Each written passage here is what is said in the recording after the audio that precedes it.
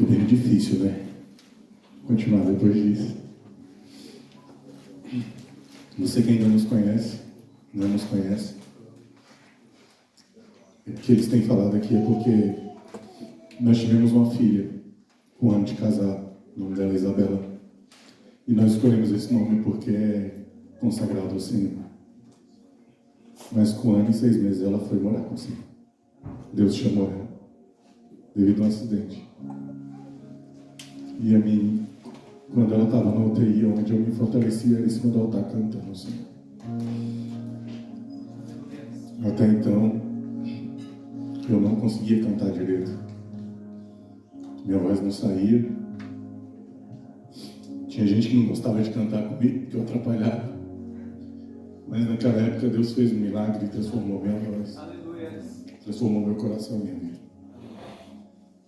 Nós ficamos com alguns traumas. Mas Deus nos levou em alguns lugares. Nos levou em Portugal, onde conhecemos esse casal. E não sabíamos o porquê. Voltamos para o Brasil. E eu chegando aqui, Deus me deu meu pastor como um grande amigo, meu pastor.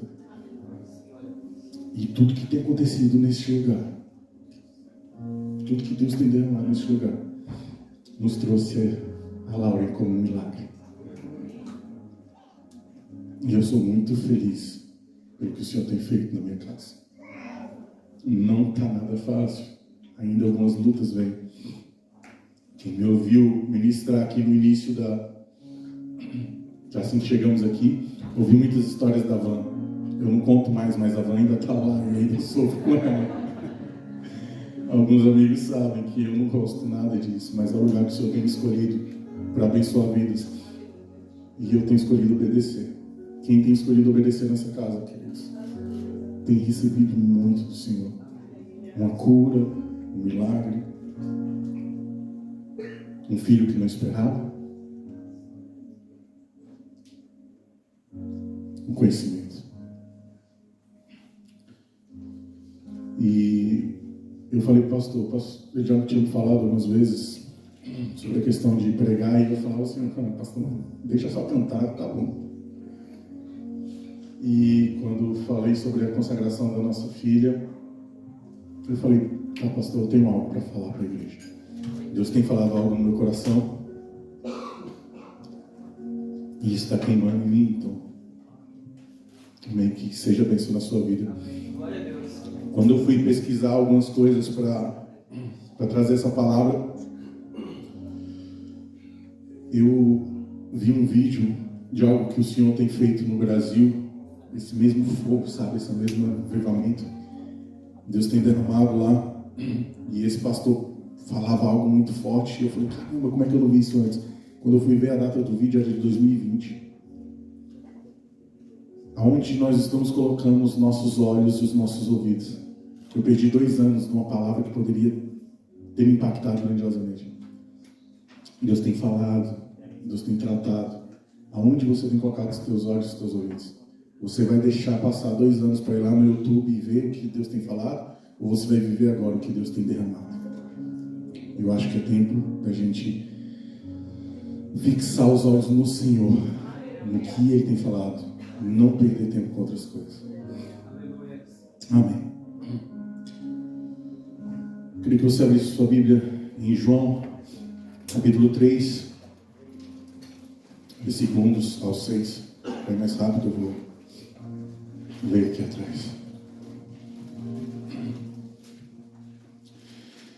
E havia entre os fariseus um homem chamado Nicodemos, príncipe dos judeus. Este foi ter de noite com Jesus e disse-lhe, Rabi, bem sabemos que és mestre, vindo de Deus, porque ninguém pode fazer estes sinais que tu fazes se Deus não for com ele. Jesus respondeu e disse, na verdade te digo que aquele que não nascer de novo não pode ver o reino de Deus. Disse-lhe Nicodemos, como pode um homem nascer sendo velho? Pode porventura tornar a entrar no ventre de sua mãe e nascer? Jesus respondeu, na verdade te digo que aquele que não nascer da água e do Espírito não pode entrar no reino de Deus. O que é nascido da carne é carne, e o que é nascido do Espírito é Espírito. E o Senhor tem falado sobre a questão de nascer de novo. Eu estou nascendo de novo com a vinda da minha filha, estando aqui neste país, estando aqui nessa casa. Nosso pastor tem falado muito que quando Jesus fala, na verdade é porque precisamos prestar bastante atenção. Algo que me chama atenção nesses versículos é que Jesus está falando com um fariseu. Ele não está falando com seu discípulo ou com o povo, ele está falando com um fariseu.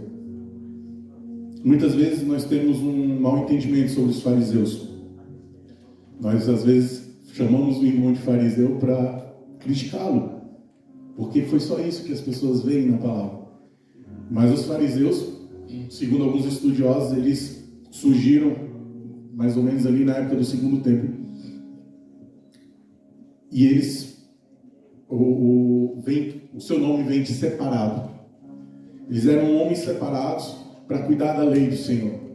Não só a lei escrita, mas a lei falada, que é a lei que o Senhor deixou na época de Moisés para que os judeus pudessem seguir. Não só não matar, não furtar, não adulterar, mas existe toda uma prática do judaísmo, onde eles chamam de lei falada. E os fariseus, eles eram zeladores dessas práticas. Porque na época do Império Romano, o povo judeu estava se corrompendo com os costumes romanos.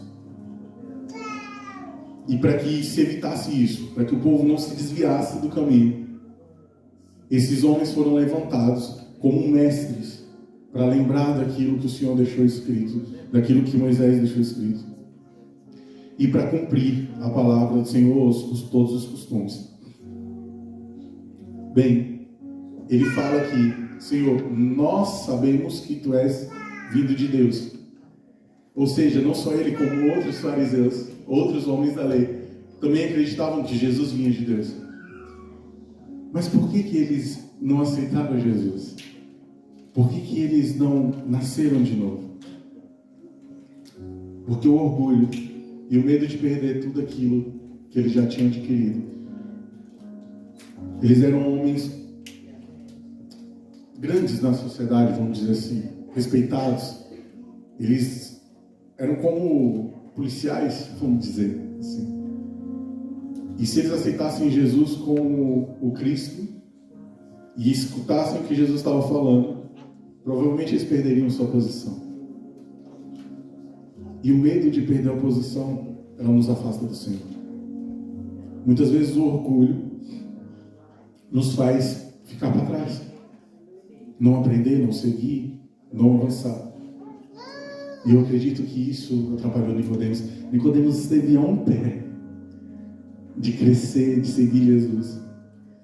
Nicodemos conheceu a Jesus cara a cara. Jesus tirou um tempo para explicar para ele a palavra, para explicar a ele aquilo que ele tinha.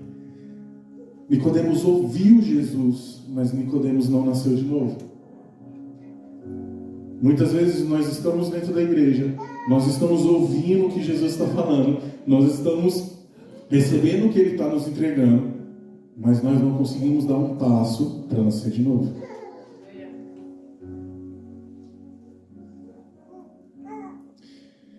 Ao conversar com Nicodemos, Jesus fala sobre duas coisas importantes. É necessário nascer da água e nascer do Espírito. O que é nascer da água? Em Marcos 1, 2 ao 5, fala sobre João Batista. Você fala, por favor, Gustavo. Como está escrito nos profetas, eis que eu envio meu anjo ante a tua face, o qual preparará o teu caminho diante de ti. Vós do que clama no deserto, preparai o caminho do Senhor, endireitai as suas veredas. Apareceu João batizando no deserto e pregando batismo de arrependimento para a remissão dos pecados. E toda a província da Judéia e os de Jerusalém iam ter com ele, e todos eram batizados por ele no Rio Jordão, confessando os seus pecados. Aqui Jesus fala que é necessário que nós sejamos lavados dos nossos pecados. Precisamos ser limpos. A palavra que o Senhor entregou para o nosso pastor foi santidade. Sem santidade nós não veremos ao Senhor. E muitas vezes as pessoas não querem ser batizadas porque acham besteira. Mas o próprio Jesus foi até João Batista e foi batizado para cumprir aquilo que o Senhor tem determinado. E isso é um ponto importante. É necessário o batismo, porque o batismo ele também é uma confissão de fé, pública de fé. Eu estou confessando que eu estou deixando os meus pecados, o meu velho homem para trás, e estou me entregando ao Senhor e aceitando a Cristo como meu Salvador. Foi isso que aconteceu aqui há poucos dias. E foi assim algo espetacular. E nós vemos essas pessoas rompendo uma mudança na vida, porque elas têm confessado ao Senhor publicamente.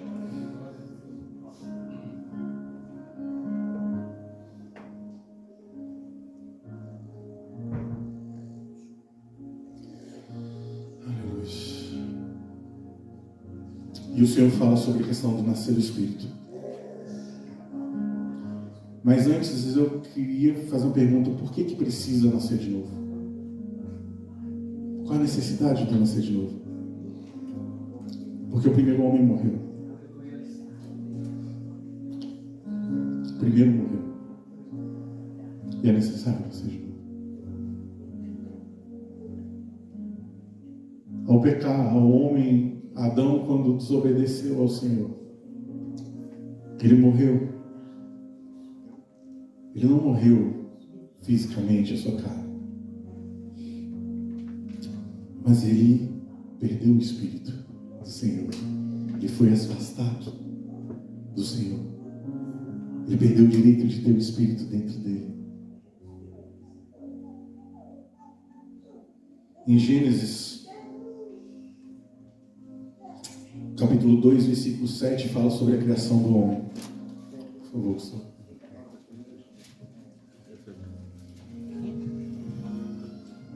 Gênesis 2, 7. 2, 7. 2. E formou o Senhor Deus o homem do pó da terra e soprou em suas narinas o fôlego da vida. E o homem foi feito alma vivente. O ser humano é o único ser que o Senhor formou. E ele veio. E eu imagino da seguinte forma: quando o Senhor formou, não havia vida no homem. Então o homem estava deitado no chão. Estava ali, ele foi feito de terra. O Senhor se abaixou, foi nas suas narinas e soprou o Espírito. O Senhor soprou o fôlego de vida, soprou o Espírito Santo no homem. E quando o homem peca, a sua morte quer dizer que ele se separou dos Deus. O que eu acho interessante é que Deus não se separou do homem. É o homem que foge de Deus. Porque quando o Senhor vem até o jardim do Éden novamente, e ele procura Adão: onde você está? Adão está se escondendo de Deus, não Deus de Adão. Não o Senhor de Adão. Eu vejo como uma mudança de visão. Adão teve a sua visão modificada. Antes ele via Eva nua, ele se via nua, mas aquilo não fazia diferença nenhuma. Aquilo não corrompia seu coração. Mas quando ele peca, sua visão é corrompida, ele começa a ver de outra forma. Ele está vendo as mesmas coisas, só que o seu entendimento é diferente. Para você ver que o Senhor não se afastou do homem, em Gênesis 4, 13 e 16, fala sobre Caim e Abel. Quando Caim mata Abel, eu acho interessante o que o Senhor faz. Então diz Caim ao Senhor: é maior a minha maldade, é maior a maldade que possa ser perdoada. Eis que hoje me lanças na face da terra, e da tua face me esconderei, e serei fugitivo e vagabundo na terra, e será que todo aquele que me achar me matará. O Senhor, porém, disse-lhe: portanto, qualquer que matar a Caim 7 vezes será castigado. E pôs o Senhor um sinal em Caim, para que não ferisse qualquer que o achasse, para que não o ferisse qualquer que achasse.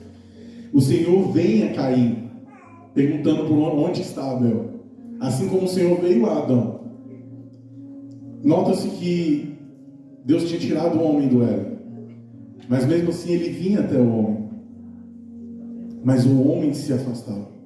O homem aqui, Caim fala, eu vou me afastar, eu vou fugir, eu vou para longe da presença do Senhor. E é isso que é a morte. A morte nada mais é do que a falta do Senhor. Não ter mais o Senhor como nosso presente na nossa vida.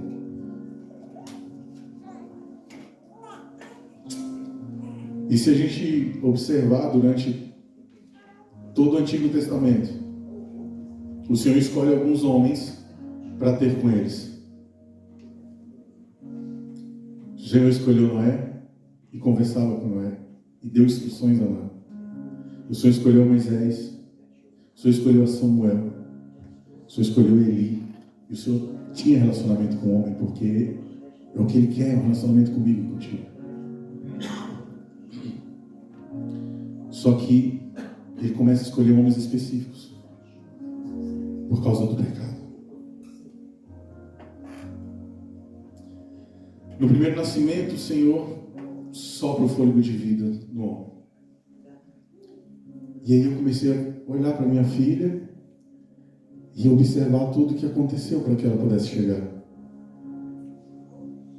O nascer de novo. Primeiro uma semente é lançada. Essa semente vai ser gerada, vai crescer, vai desenvolver. Existe um processo. E quando ela chega no ponto certo, durante todo esse processo eu vi a minha esposa passando por dores, por dias difíceis. E no dia que minha filha foi nascer, houve sangue. Foi necessário haver um corte, haver sangue. Ela sai de dentro da barriga com sangue para que ela nascesse. Só que esse sangue não é dela. Ela não sofre com isso, ela não passa pelas dores. Ela não precisa fazer nada para nascer. No mundo natural, as dores, o sangue é da mãe. No espiritual, nós somos gerados, desenvolvidos pelo nosso Jesus Cristo. E a dor e o sangue é dele. Aleluia. Por isso nascer de novo. Jesus já estava ali revelando o que iria acontecer. Seria derramado o seu sangue. Ele passaria por dores para que pudéssemos nascer de novo.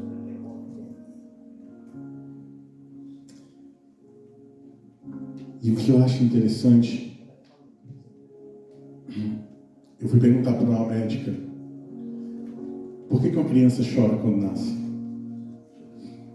E ela me explicou que quando a criança nasce, ela tem o primeiro contato com o oxigênio, passa pelo pulmão e isso dói. E quando o oxigênio passa no pulmão, é necessário ser lançado fora todo o líquido amniótico. E aí, quando o oxigênio passa no pulmão, ele vai para o coração, através do sangue, e dali vai para todo o corpo. É assim que nós respiramos, é assim que funciona o nosso pulmão. O oxigênio vem, o coração está ligado ao pulmão, aonde o sangue vem, é filtrado ali o sangue, entra o oxigênio, mais algumas proteínas, alguns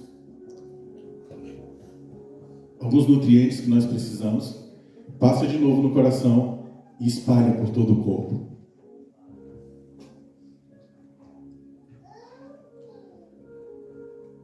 O Espírito Santo é o oxigênio que está no nosso corpo. O Senhor soprou no primeiro homem o fôlego de vida. E quando uma criança nasce, o Espírito Santo é soprado dentro dela e precisa passar. E como que o Espírito Santo é distribuído no nosso corpo? Através do sangue.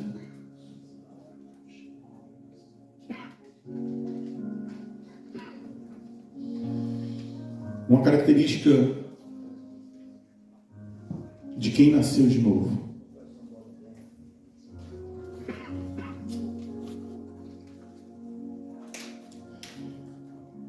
é que ele se torna dependente do Pai.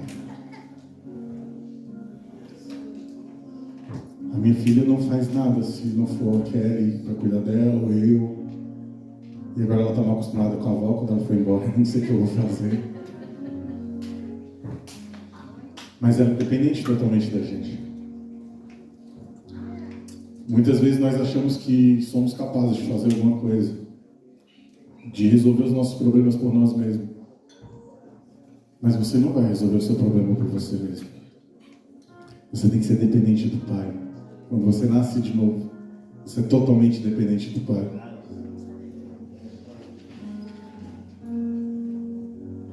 Outra mudança que existe é a visão. A minha filha, quando nasceu, ela não enxergava direito. E com o passar do tempo, ela começa a reconhecer a gente. E hoje, quando eu ligo do trabalho, ela já começa a rir. Para a mãe, não, mas para mim, ela ri. Mas ela começa a me identificar. Porque a visão dela começa a se abrir. O que eu posso ver de interessante nisso é a vida de Paulo.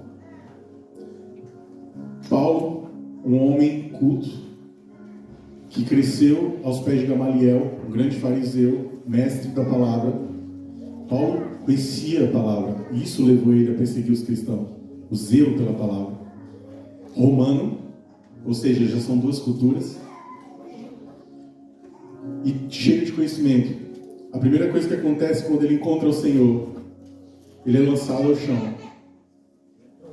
e se humilha, fala: quem é, Senhor? A segunda coisa, ele fica cego, porque é necessário que seja mudado a forma com que ele olhava para os cristãos e para Cristo. E a terceira coisa, Paulo não saiu dali pregando o Evangelho, mas ele foi para o deserto, e ali ele teve revelações de Cristo sobre todo o Evangelho. Foi necessário Paulo deixar de lado tudo aquilo que ele entendia, para que ele entendesse da forma de Cristo, para que ele recebesse o Evangelho de Cristo, que era o que ele ia distribuir. E o que é interessante é que todos os lugares que Paulo ia, ele pregava o Evangelho, mas quando era necessário ele usar o conhecimento adquirido em Gamaliel, ele trazia isso para dentro da visão do que Cristo tinha revelado nele, para ele. E quando era necessário ele usar aquilo que ele tinha de cultura de Roma, ele usava, mas sempre em Cristo. Paulo não deixou o seu orgulho, como Nicodemos se escondeu e não seguiu a Jesus. Paulo não deixou o seu orgulho, o seu conhecimento, o afastar de Cristo, o impedir. Mas Paulo se humilhou, desceu, se retirou para entender, para receber do Senhor aquilo que era necessário, e ele começou a distribuir sobre as pessoas tudo isso.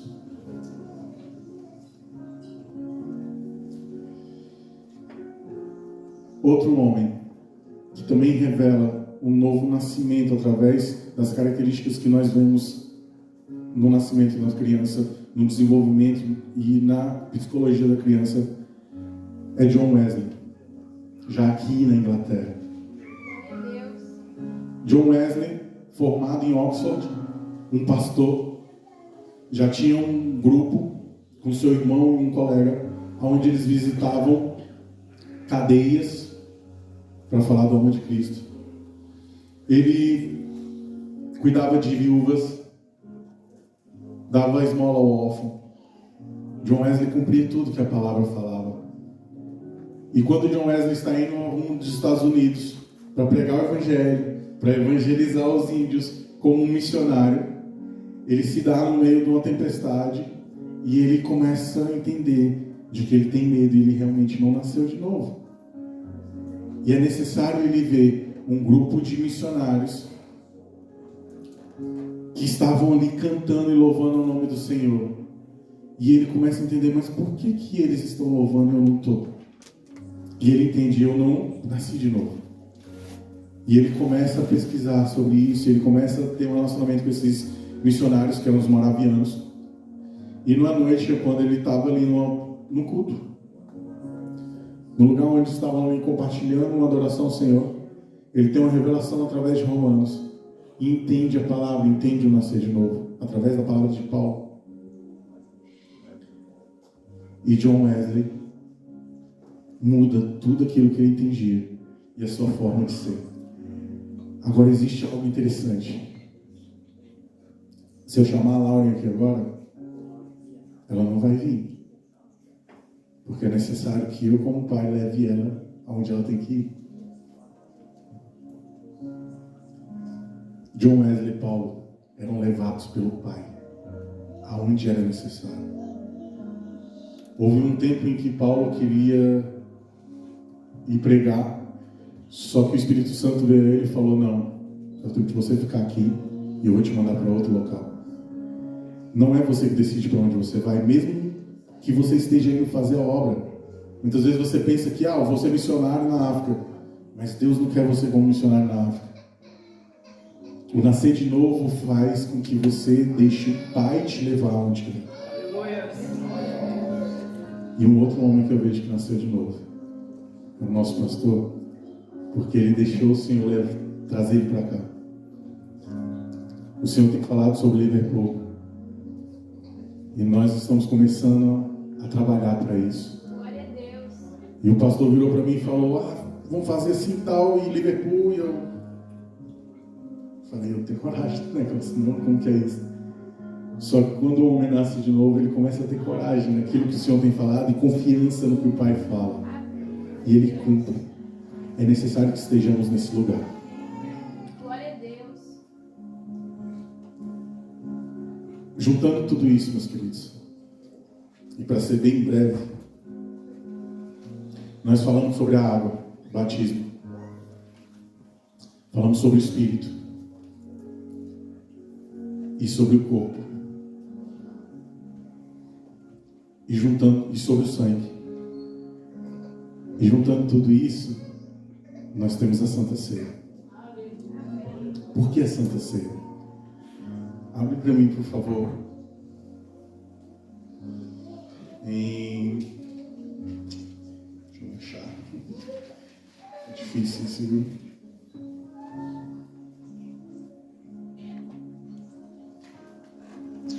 Abre no último versículo que eu coloquei, por favor.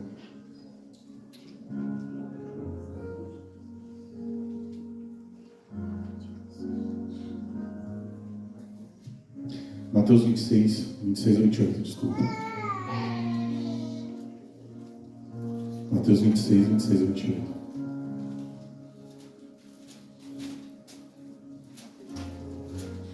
E quando comiam, Jesus tomou o pão e, abençoando, o partiu, e o deu aos discípulos e disse: tomai, comei, isto é o meu corpo. E tomando o cálice e dando graças, deu-lhe, dizendo: bebei dele todos, porque isto é o meu sangue, o sangue do Novo Testamento, que é derramado por muitos, para a remissão dos pecados. Glória a Deus.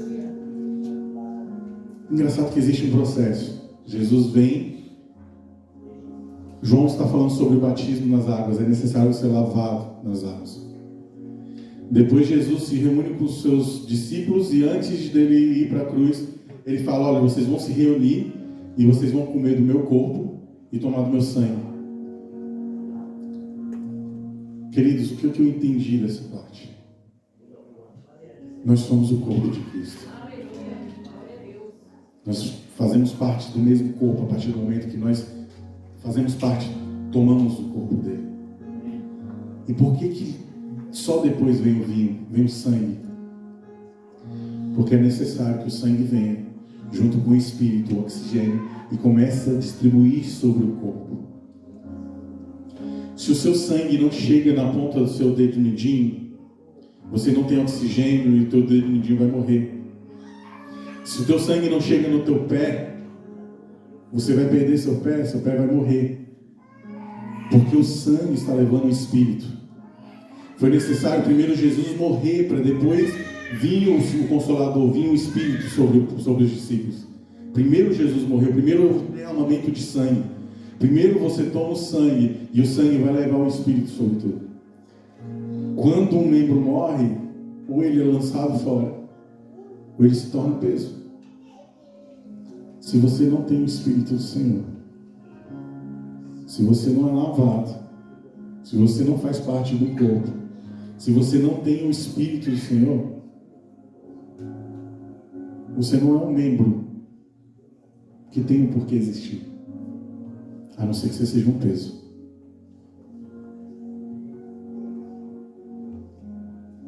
É necessário que estejamos como um corpo. E é necessário que participamos sempre do sangue do Senhor. É necessário lembrar sempre do que Ele derramou por nós. Porque aí sim, o Espírito virá e fará tudo aquilo que tem que fazer. Amém? Senhor Jesus, eu quero abençoar, Senhor, cada família, cada homem, cada mulher, filho, filha aqui representada em nome do Senhor Jesus.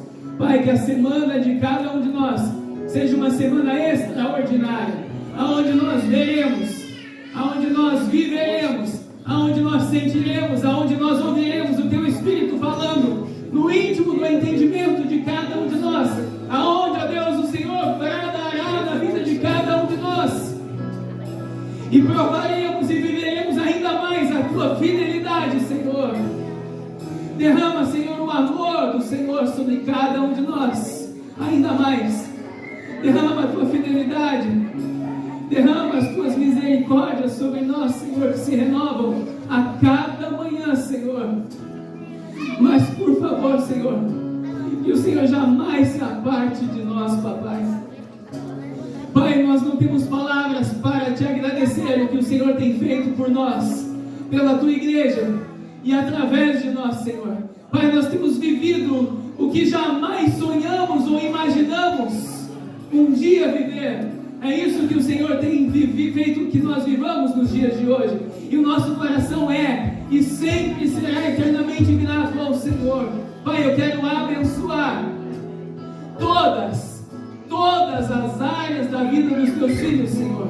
Eu repreendo toda enfermidade em nosso meio. Declaro a cura do Senhor sobre todos. Em nome do Senhor Jesus, para a Tua honra. E o amor de Deus Pai, Deus Filho e as doces consolações do Espírito Santo de Deus sejam com todos vocês, hoje e sempre.